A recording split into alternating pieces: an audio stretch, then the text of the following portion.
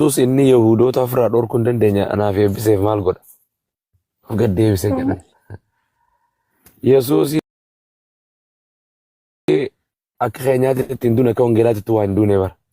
Yesuusin jaba abbaa maarree jaba abbaa aangoo akkana gooftummaa lafaa fi maarree qaba. Gooftummaa maal qaba osoo baqatu guyyaa dhalaterraa goojjoo xiqqoota kan qabu.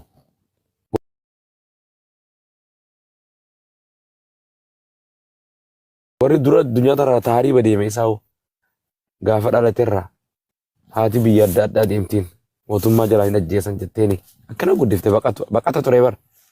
Baqata. Akkuma naafeetu mootummaa jalaa baqannutti. Anuu hanqasaa takka hin baqanne. Wallaahi hin baqanne hanqasaa. Qabanii. Mee waan siin jedhu mismaaraan amma eebbisee tana fuudhanii mismaaraan mukarratti mismaara tokko asitti harka kanarratti rukutanii tokko harkaan rukutanii yoo jedhan mismaarii nama ajjeesaa? Maali ndaaqon lukkuudha Yesuus Kiristoos saqqalanii jedhan maal namni akkam iddoo akkasitti pheenxee irraa tolti mi'a rabbi pheenxee nu fidi inni piintuun guyyaa sun piintuun kiristaanama naaf obsi jirtu. Hello. Kottee kunu kana qaayisaatiin waggaa jedhamti jennu. Ustaz eebbiseen shaadaa qabatteessa.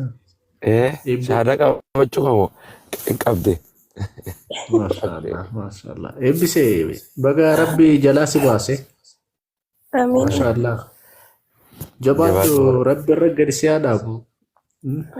Rabbi warra irra jiraatee irratti du'e irratti kaafame rabbi si haa godhu. Barnaamijni murteessaan egaa destinationidha. Ga'umsadha. Goolii isa dhumaa jechuudha. Rabbi siif haa laaffisu jabaadhu. Maashaallah.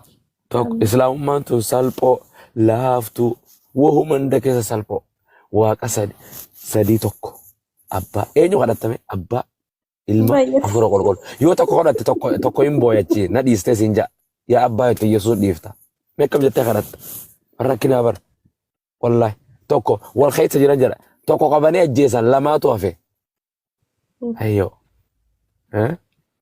anaa fi abbaan wal keessa jedha afurri qulqulluun bakka dhageenya gara xaffaa gaafas bade biyya lafarraa waan rakkina waan akka burja ummata beeyta akka Dr. Zaakina is not about mental jedhe is waan bongeera irra katabee isaan baxaabbate malee sammuu tana waaqayyoon dhiiraa fi dubartii beesta akkuma kan arra nama ta'e jedhan nama guutu bishaan tokko soodaa guutuudha bishaan guutu jedhasi kanne akkam jettee dhuyda maal jettee dhuyda mee gudhuydu maal jechuu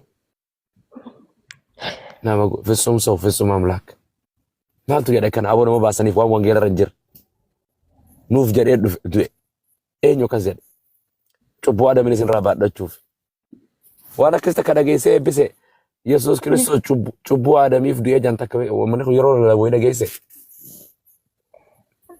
Yeroo jedhan inni mana gahe. Adami cubbuu adamii nu dabree jedhan qabeenyi isaa nutti hin dabre qabeenya isaan dhaalle nuti cubbuma dhaalle waaw ajaa'iba. Abbaan kan ka'ee du'e waan jedhu fakkeenyaaf amma seera waaqayyooti turre caalamoo seera namaati gootteen uummata beentee kana seera waaqayyooti jedhan hayyee. Seerri abiyyiidha. Eebbiseen yoo yakka dalayde obboleessa kee mana murtii dabarsanii hidhanii eenyu kan mana hidhaa qillinxoo dhaqu. Ati moo obboleessa keeti? Ati himi? Mootummaan sinii hidha jettee yaaddaa waan obboleessa kee hojjeteef. Ameen. Waaqayyo waan Aadam uumamni kun hundi takka hin jirre lafa kanarra waan takka hin jirre isa ilmaan isaatu Abeel ilmaan isaa lamaan hin jiru. Isaan lamaan qofa inni baala nyaate baala inni waggaa tiriliyoona biliyoona dura nyaate har'a eebbisee dhufee cubbuu Aadamii sirra jira siin jedhan maal jechuu? Waaqayyo kami kun? Yoo kami jedhan? Kun nama doorsisu dhugaa. Nama sodaachisu nama akka mootummaan dhufee abbaa keetii waan kan raawwate Tigreen nama jettu. Asha baarii nama jettu. Kun sodaachisaadha. Sanuma qofarraa noo waaqayyoon dhufee cubbuu sii dhiisuu dadhabee achumarra taa'ee dhiifama isinii godhuu dadhabee achirraa gabbu'ee nama ta'e nama keessa dhokatee foon uffatee jedhan dhufee ajjeefamee nu fannifamee cubbuu nu dhiisee ameen jedhan. Amma fakkeenyaaf birrii Akkuma tana fayyadamame birrii kuma takka irraa fuute eebbise. Ji'a dhufuun guyyaa gartee ji'a dhufuun guyyaa lammaffaa irrattis mindaa kiyya fudhasii kan naan jette. Guyyaan san gahee qaaxaroon bal'amaati naan jette san gahee sitti bilbila. Birrii kiyya san hin qabdaan jedhe. Wallaahi maatuma hojii akkana waan mindaan san akkana rakkina sababaa wayii natti himatta. Birrii sana sii dhiisuu hin danda'u hin barbaadu takkaa guyyaa sii dheeressu takkaan barbaadu siin jechuu hin danda'u. Waaqayyoon samii irraa dhiisuu namaa dadhabee lafarra dhufee ajjeefamu maali? Abiyyiinu masaraa mootummaatii ba'ee naannoo Oromiyaa keessa dhufee hin jedhu waraanuma isaatiin gartee waan raawwata malee yoo si qabu fadhe ofiin dhufee sin qabu bara. Biyya Arabaatittis ambaasii safaara qaba.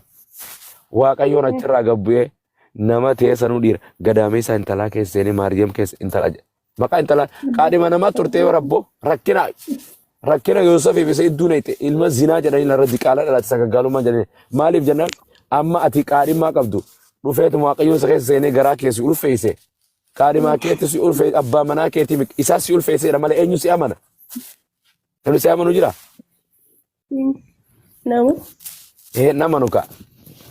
Kanaaf Yoosefii fi haadha manaatis waliin buusee gadaamee isaa keessa seenee ji'a sagal keessa taa'ee rakkee isaa fidde Yoosefiitu sitti ejjee jette hin amanan ka. Aboo balaan sitti haa buutu intalo gabayaan hundi gaafa ilma kana deesse fuutee maal goote moraa horii darbitee barfirraa darbitee horiin har'a biraa kuttee bar xakkeetti deebitee fuutee san hin beeku xarqiitti mammartee affaadaan hin jiru. Waaqayyo namni achi darbu dhalatee kan namni nyaachisaa harma hoosisaa Maryamaan harma hoosisaa guddifte maal anaa godha jedhan qurxummii Waaqayyo jedhan qurxummii waa lollatee na jalaa nyaatu silaa qurxummii nuun nyaata Waaqayyoon fi qurxummii qabdanii bishaan qabdanii yaa kanarra deemee Yesuus waan pheenxeen wangeelii nu godheemu guyyuma firdii guyyaa fuula rabbii dhufe sana dubbanna boo dhiisee amma. Wallaahi. Shaadaa jira warri jettan tokko lakkoofsa 5 barreessa. Shaadaa jira. Garuu akka soban taane lakkoofsa 5. Laka alhamdu rabbi arganne islaamni ana rafu jedhee boo eenyu rafa maarree karaftan kanaadha manaa qabdan abbaa manaa qabdan deemaa rafa hundalaattee na tattaane. Warahmatullahi wabarakatuh ustaaz. Waalaikum salaam. Sobaan jibbaan dhuftee jirtu? Sobaan jibbaa miti ana urjiidha tiktookiin narraa goote narraa fudhe akkaawuntii isaa malee. Hin beekaa miti. Areeda jirtu ati? Jirra galata rabbi akkam fayyaa jirtu maal taatan keera inshaallah. Maal boo nu qabde Yesuus si qabe naan jedhe tokko dhufe. Astaghfirullah. Yesuus jaalalaa jedhan. Yesuus nama hunda jaalan nama hundaaf saqqalame jedhan Abu Maaz maalitti godha Yesuus naa hin beeku wallahi nan beeku. Abba Yesuus isatti nu jedha diimaa keenya gurraacha inshaallah. Abba Yesuus beeynu Booranaa nutti deematti dhaabbadha gadi fidaa ittiin Booranaan deemaati abba ilma waaqessin. Nalaa gubanii wallahi. Ijoollee mee fooloo na godha urjii wallaggaati warri na beektan nalaa gubate tiktookiin ko. Narratti nyaatte. Fooloo. Rabbiin isin hafa Yesuus na duuka bu'aa jedhee meeshaa sanas foloo godha duuka bu'aa irraa baradha narraa baraa jedhee anoo garraa miidha. Mashaallah kabiraa nagaa qabdeen hundi keessa eebbisee si gubbaa jirtanaatoo shaadaa qabate obboleettii teenya wal jabeessa wal foloo godha barsiise inshaallah. Sobaan jibbaa kunis eebbisee waa xiqqoo si dura gartee islaamummaa tana fudhattee beektu waggaa muraasa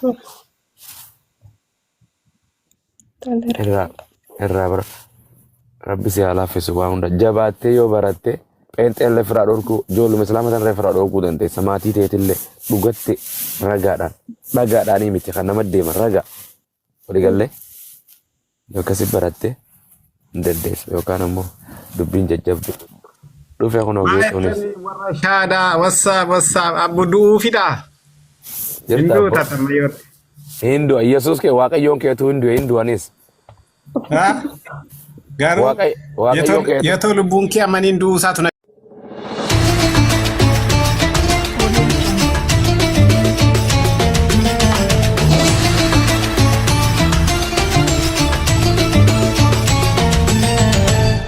Audio Jungle.